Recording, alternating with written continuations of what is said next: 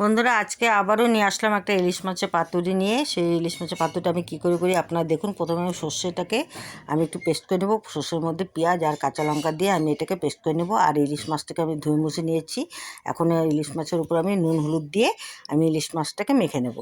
সুন্দর করে মেখে নিলাম বন্ধুরা, দেখুন আমি সুন্দর করে মেখে নিলাম। এখন আমার কড়া গরম হয়ে গেছে, কড়াতে দিয়ে দিলাম সর্ষের তেল। আর তেল বলতে সর্ষে, ইলিশ মাছ বলতে কালো জিরে, কালো জিরেটাকে আমি ফোড়ন দিয়ে দিলাম। ফোড়ন দিয়ে আমি এর উপর দিয়ে দিলাম ইলিশ মাছগুলোকে পরপর সাজিয়ে দিলাম। আর এখন আমি শস্য পোস্তটা যে পেস্ট করেছিলাম সেই পেস্টটাকে আমি দিয়ে দিলাম। দেওয়ার পর বন্ধুরা দেখুন, এখন আমি হালকাভাবে আলতোভাবে একটু হালকা জল দিয়ে নিলাম। জল দেওয়ার পরে এখন আমি এটাকে এটার উপরে দিয়ে দিলাম নুন আর হলুদ গুঁড়ো। নুন হলুদ গুঁড়ো দিয়ে এটাকে আমি সুন্দর করে ঘেটে নিলাম। আর এর উপর দিয়ে দিলাম কাশ্মীরি লাল লঙ্কার গুঁড়ো, জাস্ট একটু রং হওয়ার জন্য দিয়েছি, ঠিক আছে। এখন এর উপর দিয়ে দিলাম 4টা কাঁচা লঙ্কা। কাঁচা লঙ্কাটাকে দিয়ে আমি এটাকে করে নিলাম।